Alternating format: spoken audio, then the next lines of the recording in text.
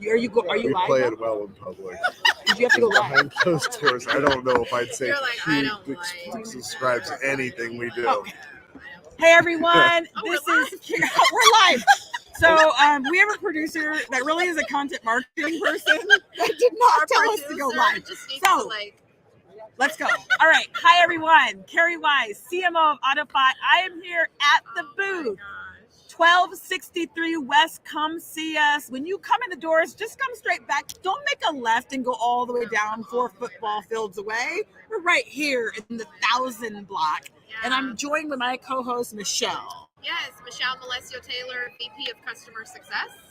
Awesome, Michelle. And why do you introduce our guests, our distinguished guests? I don't even feel like I need to introduce him. I feel like everyone Is it because knows. I have a badge on? I don't know what the ego feeding is for, but it's like because there's a some badge guy- and you all have eyes. He's some guy that walked up to the booth and I said, think "Hi, his I'm name's Rick Ricart." Like Rick. My name is Rick Rick. Ricart, and I like to sell cars. He's a Any salesman. title beyond that, and I guess it depends on the time of day and what the need I is. felt like I was cheating. You gave me a question that was like pretty. Yeah, Rick Ricart. Yeah, like. Okay, am I saying your last name right? I feel like I messed it up. a I little actually bit. don't know. Okay, Ricart, Ricart. we've heard that a lot. And actually, it's funny. The internet and automotive marketing created a different enunciation of our name. Really? Because my father in the early 2000s, when the internet first came to be, he was afraid that people wouldn't know how to spell RICART.com Got it. unless he said Ricart. Oh. So that he makes started sense. using it in commercials. He changed the name And people, for business. yeah, I makes get so friends that much would call me and go, "Hey, sense. did you guys change how you say your name?" I called my dad. I'm in college at the time. I called my dad. I said, "What are you doing on TV with these ads?" He says, "I don't think people know how to spell it. It sounds too much like it." That is So so just cute. slightly, and I can't even do it as good as him. Okay, So so yeah, you don't get offended either way. no. And then there's many nicknames. Just, Oh, that is so So cute. before we get into getting to know you better, your business, your strategy, where the industry's going, we want to play a useless game, oh yeah. right? All about useless trivia here. So if you like the word that we say, you're going to say buy. If you don't like it, you're saying trade, right? And we're going to hold it up. You're going to go first, then we'll talk about it. We'll break it down. Okay. All right. So first one I have is country music.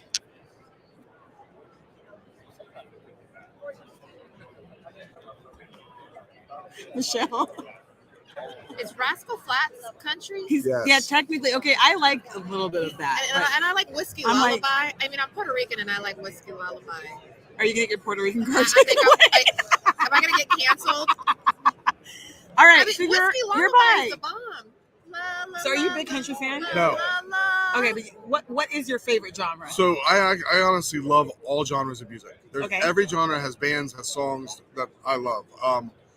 Everything. I grew up with bluegrass as Ooh, I like background bluegrass. music. I like bluegrass. Okay. I was lucky enough, and I couldn't believe it when you see the albums that came out in 1991 and 1992, the beginning of the golden age of hip hop, grunge rock. There's all these things happen. That's when I was 12 and 13 years old.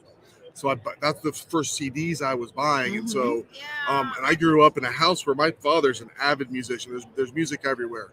I like older kind of boot stomp and outlaw country sometimes. Can Okay. give me that Yeah. kind of vibe. Like any Yeah. music that creates emotion inside, you can feel something Yeah.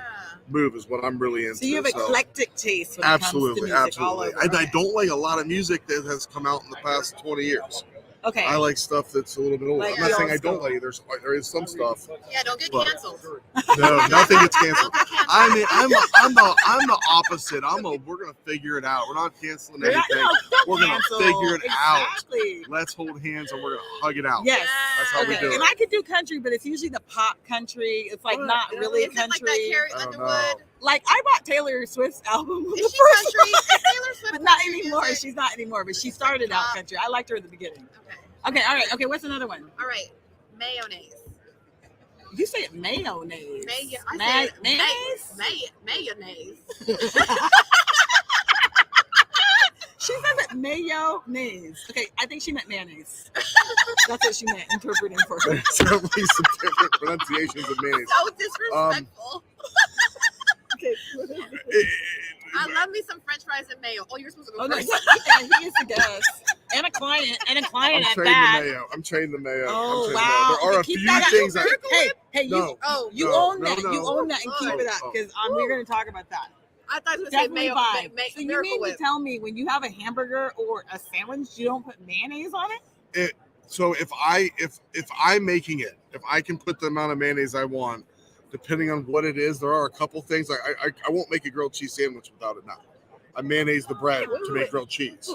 I've heard it. Okay, It is That's so actually much really better good. than butter. It's No, so that's much really better good. than butter. That's actually really The good. best grilled cheese sandwich. That's a true story. All right, here. Really This good. is worth. Now I'm This thrown was off. worth the entire episode. Yeah. Take 2 slices, white bread, mayonnaise. Put mayonnaise size down. Put a slice of American cheese on each one. Open face. Such a true It melts the story. cheese more evenly. And you I put was them together. 45 years old when I Perfect grilled learned that. cheese. I've never It's heard like of that. Tang. It's I have like a- hint of a tang. I love mayonnaise. I've never had it. In I have an 8, 6, and 4-year-old, and I make sure that when they're alone with daddy, they eat what I make the first time, and we get that process over with. Because Yes. I watch the bringing Nice. out 4 different things, and kids won't eat it and stuff. And Yes. no, they like my grilled cheese. I'm making it every That time. is interesting. I have to try it. Okay, let's do car business one. Ooh, yeah. Oh, EVs. Big buy, love them. I did. you know what? Earlier I said I'm not. I buy, don't. but I'm not ready to buy one. That's Okay. where I'm coming from. Okay. I'm not ready Okay. to buy one. I Okay. just. I don't know why. I would subscribe. So that's like middle. I know they're the Um, future. Now, why did you say buy? Because I made sure to experience it. I wanted to experience one that I could enjoy. So when Ford came out with the Mach-E last year, I made sure to get in. I got on the order bank early, quick, and I ordered one of the Mach-E GT Performance Editions in dark matter gray. It arrived August 30th. I took the car. I kept it for the first 45 days. I put 2,500 miles on it. And I learned in the first week, number one, you have to have a level 2 charger. Okay, that's what You have to worries have me. that 240 outlet. Yeah. So I had that installed. And I'd come home at night and it would have 50, 60% battery. I plug it in. It's charged by 5 a.m. and I can get in it. This was the performance edition. Only had 210 miles of range, but it could go 210 miles really fast. And it's a sports car. It was one of the fastest. The only thing that car was missing for me was a pickup bed to throw my stuff. And I'm always kind of hauling stuff around. And I'm a Harley Davidson dealer also, so I'm always messing with motorcycles, power sports. So I have a Lightning on order that's coming at the end of May, and I'm super excited to put some miles on that truck. So Okay, that's I want to change my answer. 'Cause They're fun. I had They're an fun to Uber drive. that was a Mach-E, and Yeah. I was really impressed. Oh, with so it. now you're switching? Yes, I just kind of gonna switch consider. I'm a lives? late Okay. adopter. Do you know what I do? No. I take the I don't want one, and I give my He experience, closed me. He closed He you. got- and you're definitely never closed me. selling. He closed you. All right. Like I'm We looking have at the comments here. Oh, Oh wow. my Okay, we're gosh. missing out on all the We need our comments here. comments. So, the Rick Holly Ricart. Ann. I love Becky Shernick. I love 80s music. Love grilled cheese. Oh, Becky knows about the grilled cheese and the mayo. I didn't know that. Not sure about the mayo. You Still- gotta try it, Becky. So Good. so Becky also says still don't agree with the EV infrastructure, not there yet.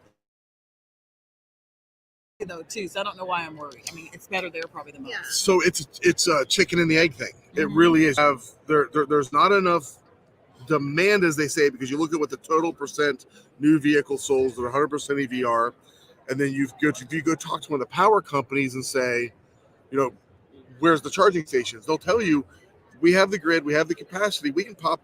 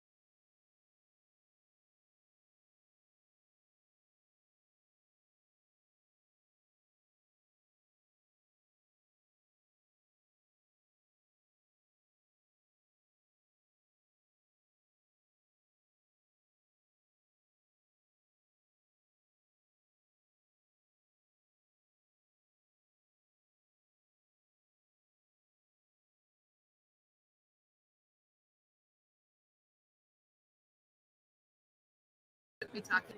Listen. All right, we are back. Think about the topic. We are back. Would have been a live the whole time. What do we think about Just kidding. What do we think about Wi-Fi at NADA? Trade it. Trade. So we are in Kerri's hotspot right now. That's where we are these days. We're back. We found a way. We did. Okay, let's talk about some business now. First of all, Rick, Oh, we're talking about I don't business. know Okay. your story. I don't know how your dealership came about. Like, give us your story.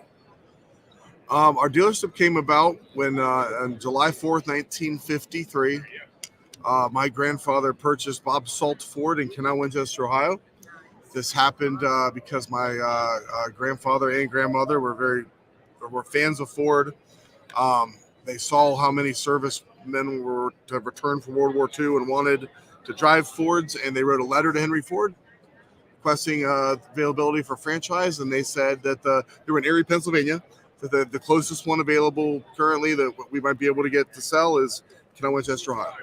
So borrowed some money, drove to Canal, Winchester, bought this little Ford store, and that's how the whole thing started. Wow. And he grew it to the location we're at today. He grew it, moved it there in the late 60s. And then my father, Fred, and my uncle, Rhett, over here at NADA. Most people know Rhett Ricart, the We former were debating today NADA chairman. whether Rhett was your father or your uncle. No, Rhett's my someone uncle. Today is Rhett's your my uncle. Yeah. Okay.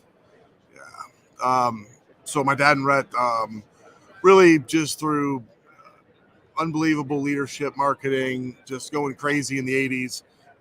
They grew it to be a pretty good sized Ford dealership. They were number one in the country for a few years there, and then kind of expanded out. And the early 2000s, actually, they had a little consolidation and sold some of the outside stores. And then when I entered the business in 2002, I actually had a Chevrolet dealership in Whitehall, Ohio, and I started back selling new Chevrolets, which led to assistant new car manager, then off to the Mega Mall to be a finance manager for Ricart Ford, then to be a secondary finance manager at the used car factory, and to get back to Chevy to be the used car manager, 3 different stints until 2009.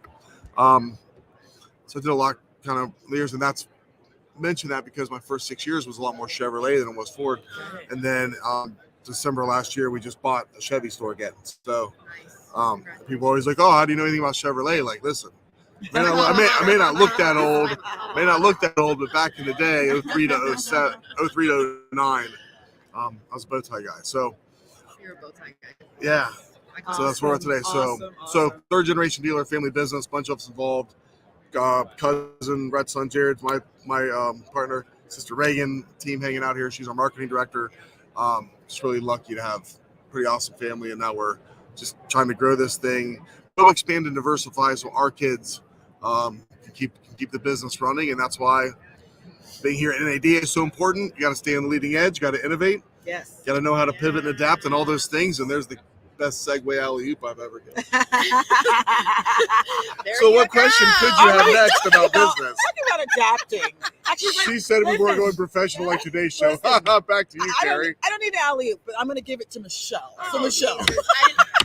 You missed. See how it happens? See how it happens with me? Michelle, where do you want to take it from here? It's right over my head again. No, so 2021, 2022, I would say has been challenging a little bit. Yeah. Just un poquito, Mm-hmm. poquito, right? Yeah.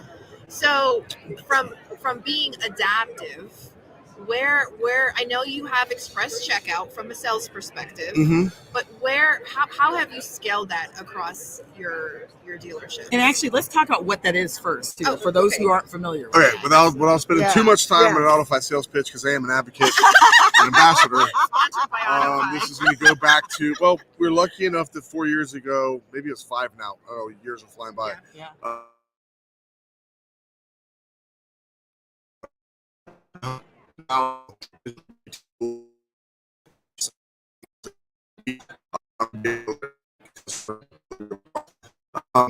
When the pandemic started, we're obviously very lucky to have AutoFi in place, to have express checkout live on our website, and to have staff who've been trained in the tool advertising the market.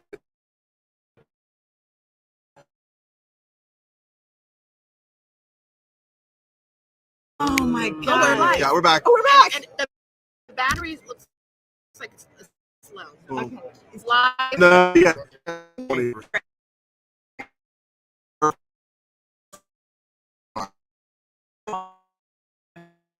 Oh,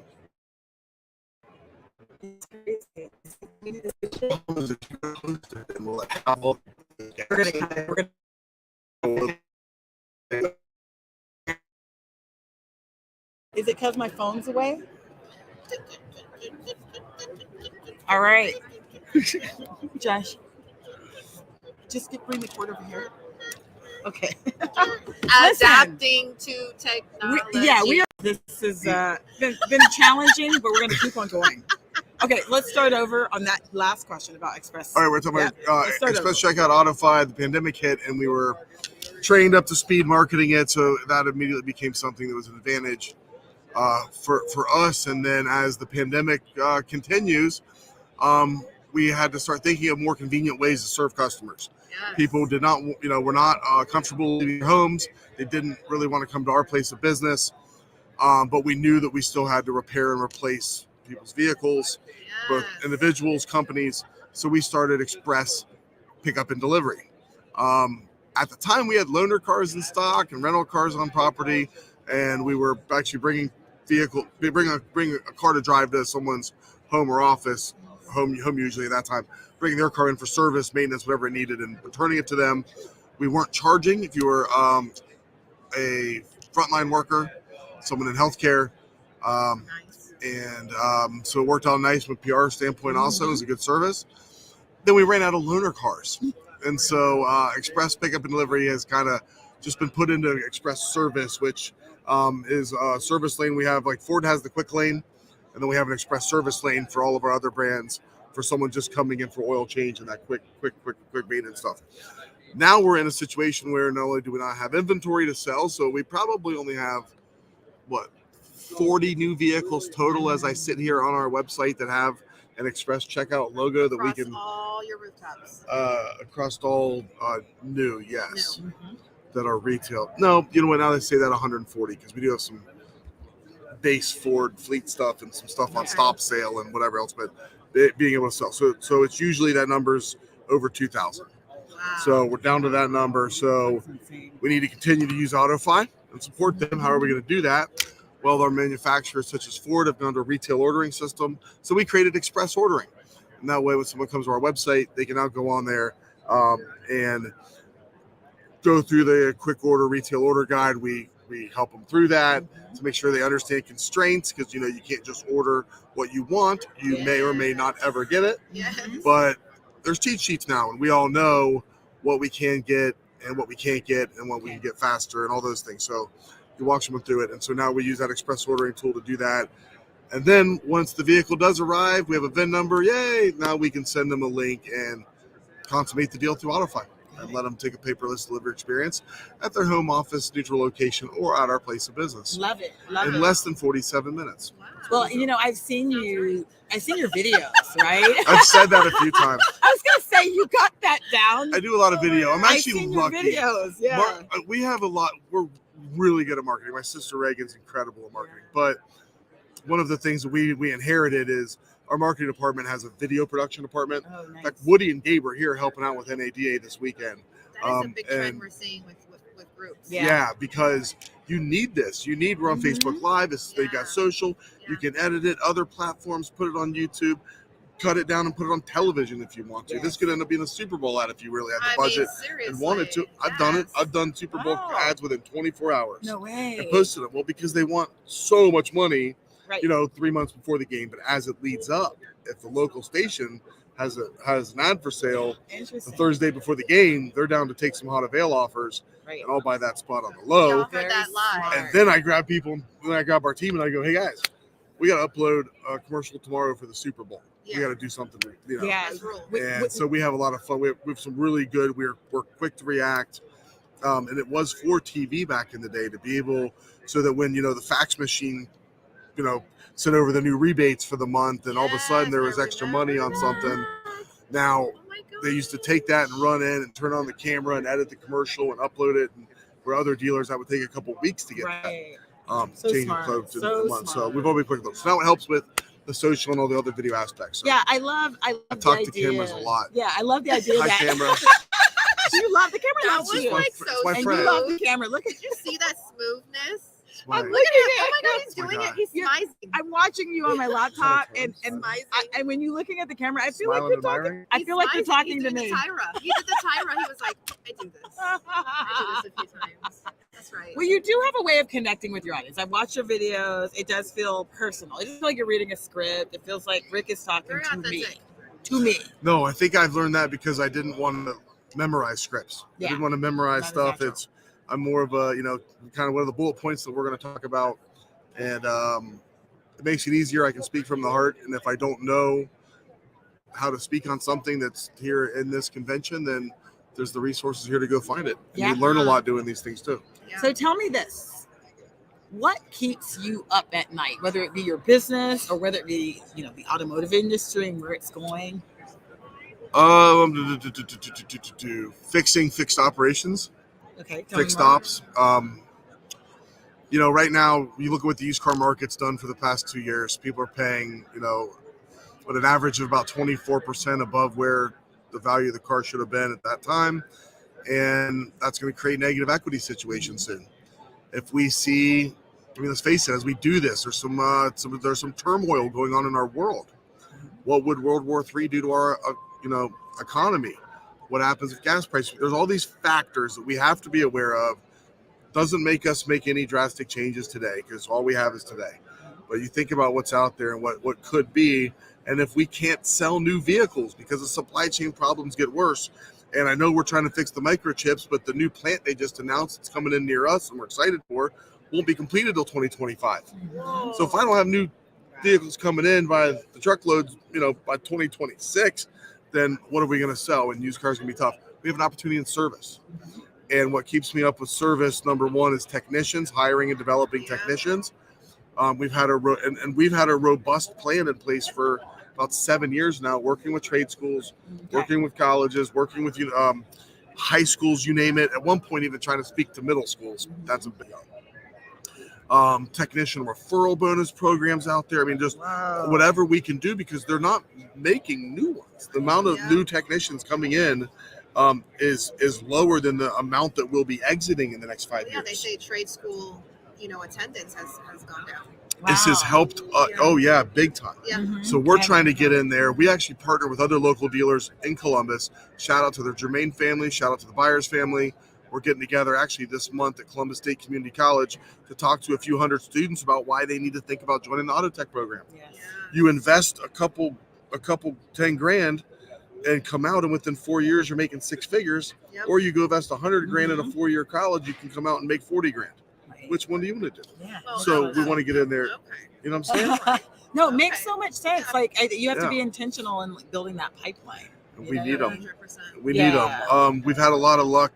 We've had a lot of success in the fleet and commercial division by expanding our service department, finding more techs. This was 5 years ago we really started this. And what we're finding now is municipalities, the cities, a lot of other businesses that had their own technician or mechanic to work on their fleets, they're retiring. They're moving on, and now they are looking for dealerships that can service their vehicles. Mhm. So there is more opportunity in service than we are even get close to. And if you think about the biggest disruptors, the car dealers have want to complain about the past couple of years. Yeah. Carvana, Vroom, CarMax, when they're coming to market, well, they're not one of us. They're different outside. But you know what none of them want to do? None of them want to fix the cars. They're not advertising service. Carvana's not putting up service centers. Yeah. That's where car dealers have an opportunity to maybe someone goes and purchases a car there, to get that person in for service, to rebuild that relationship. Because we know if they come in for our service department 6 times in a row, that the chance of them buying their next new car from us is up 10 times what it was the previous dealer. Yes. Why is fixed ops ignored so much? I don't know. It's driving me crazy. I don't know how to fix it. I don't know what that. I don't come from the fixed ops. I haven't worked on that side very much, but it baffles me because isn't the backbone of the dealership? Well, Shouldn't that be what's it supporting? absorbs. The absorption really rate. is, yeah. Like why is it ignored so much? I'm Is it not that- going to say it on. Is it There's mostly a come lot from the of sales factors. side? There's a lot of Yeah. factors. It's not as glamorous. Not as sexy. Right. You know?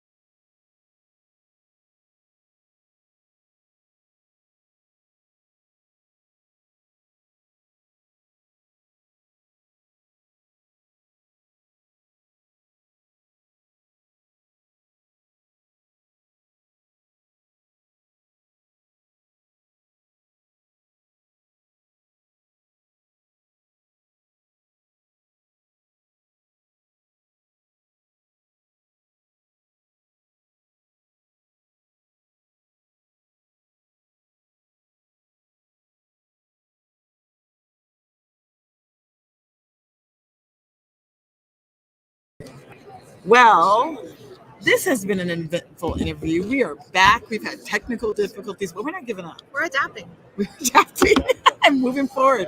All Yep. right. So let's end with this. Yes. The future of automotive. What should dealers be thinking about as we move forward in the next 5 years? The next 5 years, I think I just touched on a couple of things that I would really pay attention to your service department and retaining people, especially if they live, it's a 10-mile radius. The average, at least where I live in Columbus, Ohio, where the way traffic is, someone's willing to drive approximately, or not more than 10 miles to have an oil change or maintenance done. They'll drive 75 miles to buy the car.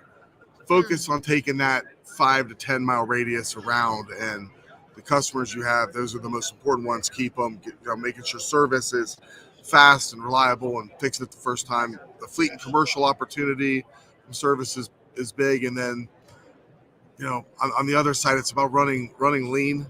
Be lean and watch, because right before COVID hit, we had an affordability problem on new cars. We also had expenses going up. Everyone's fixed expenses in all different ways. Now we're going through inflation that I don't think everyone's feeling, because margins are up and there's good times happening. But when we come out of this, expenses are going to be super high. So I would just start kind of preparing for that, because we may be in a little lower margin environment here soon. Mm-hmm. Yeah, the good times can't last forever. That's right. Right. And then from a digital standpoint, if we were to loop digital in that, what would you say dealers need to be thinking about? Because some dealers are still kind of hesitant, even from a digital retailing standpoint. Digital video, content, right? Point, click, shoot, post, right? Get that stuff out there. Keep your brand name. We were just talking the other day. Go on Facebook Live every morning on your lot and show how many new cars you do have. Because people may not think you have any, right? Just put that content, post it. You don't have to have a lot of followers. They'll come, they'll find you. Yes. Keep going, keep posting, keep tagging. It's free. I love that. It's because free marketing. Because somebody's watching this right now and saying, "Hey, Rick, I'm in a small market. I don't have a video team. I'm not able to do what you do." But they can do the Facebook Live. Yeah, there's no lighting. There's no. This is a cell phone on a stand. Rick. Listen, I'm sorry. I know we've had technical difficulties, but now you're bashing our show. Oh, I think the microphone does work. I thought it was those $9 Amazon style. I'm not touching it. Oh my gosh, Rick. We'll edit this and stitch this thing back together. All right. No, Rick, you were amazing, and I think dealers, if you're watching this, check him out. Check his operation out. He knows what he's talking about. He lives it and breathes it, and I think more and more dealers need to follow along. That's why I love talking about it. It keeps me on my toes. Lets me know that I got to make sure to, because you can't truly master something unless you can teach it. And I'm not saying I'm not trying to teach any other dealer anything. I learn stuff from other dealers every day. Absolutely. But the more I can share what works for us or what didn't work and we failed at, the more I can maybe help somebody else out there. Hey, Rick, thank you for being a day one at AutoFi. Day one. Right? You can't say everyone's a day one. Rick Ricart's a day one. If this wasn't $90, I'd drop it. Oh, but let's just, there you go. I'm going to tap it. All right. We're going to end it on that. Thank you, everybody. NADA, sorry for the technical difficulties, but we appreciate you sticking with us. We'll be at booth 1263. Check us out at AutoFi. Rick Ricart, check him out as well. Thank you, Michelle. Yeah, thank you. We'll see you all tomorrow on the last day of NADA.